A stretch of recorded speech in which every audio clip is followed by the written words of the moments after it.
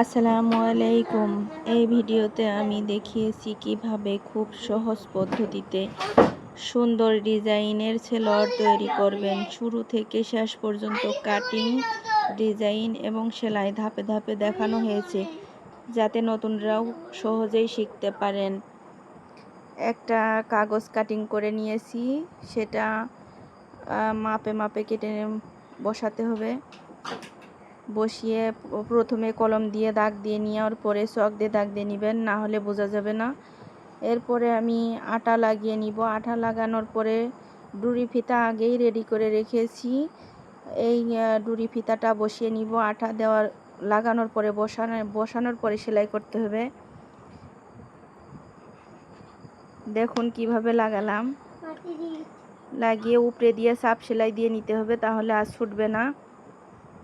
তারপরে ভেতরে আমরা ডিজাইন করে সেলাই করে নিব। যার যেভাবে ডিজাইন করতে ইচ্ছে হয় ডিজাইন করে নিতে পারেন, কোনো সমস্যা নাই।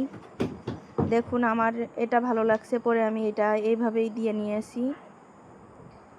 দেখতে থাকুন কিভাবে সেলাই করতেছি।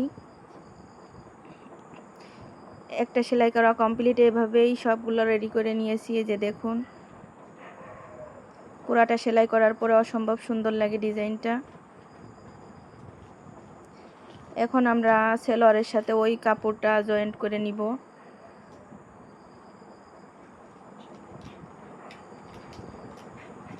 আর যে পট্টিটার উপরে বসিয়েছি ডিজাইনটা, ওটা আমি 4 ইঞ্চি নিয়েছি। আপনাদের ইচ্ছা মতো আপনারা ছোট বড় ডিজাইন করে নিতে পারেন, 2 ইঞ্চি, 2.5 ইঞ্চি, 3 ইঞ্চি, যার যেভাবে ইচ্ছা হয়। এরপরে সেলাই করার পরে দেখেন একটা করে চাপ সেলাই দিয়ে নিলাম। দেওয়ার পরে এবার এই সাইডের কাপড়টা উপরে দিয়ে বসাবো, যাতে ডিজাইনের কাপড়টা দেখা না যায়। ডিজাইনটাও দেখা যাবে না, তাহলে ছুটবেও না।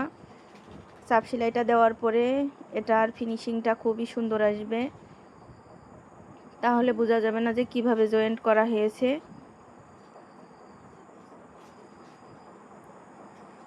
দেখুন ফিনিশিংটা খুবই সুন্দর আসে ওভাবে দিলে। এবার আমরা ছোট করে সেলাই দিয়ে নিব। আমরা এটা একটা ডিজাইন আকারের ডিজাইন তৈরি করব।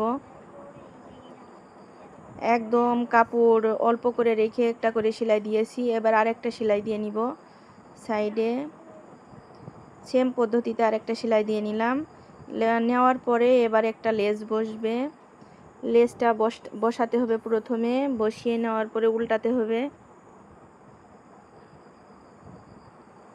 দেখুন কিভাবে বসাইতেছি, একদম সোজা থাকবে। এরপরে উল্টাই আরেকটা করে চাপ সেলাই দিয়ে নিব, তাহলে এটাও বোঝা যাবে না।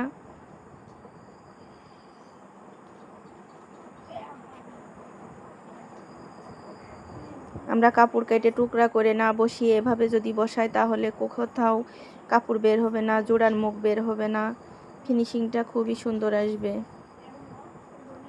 এবার এর উপরে দিয়ে আরেকটা করে 2টা করে সেলাই দিয়ে নিব। প্রথমে একটা দিব, তারপরে আরেকটা দিব। এখন আমরা বসিয়ে নিতেছি। ছোট ছোট বোতাম, শো বোতাম রেডি করেছি, ওগুলা আটা দিয়ে দিয়ে বসাইয়ে নিব। দেখুন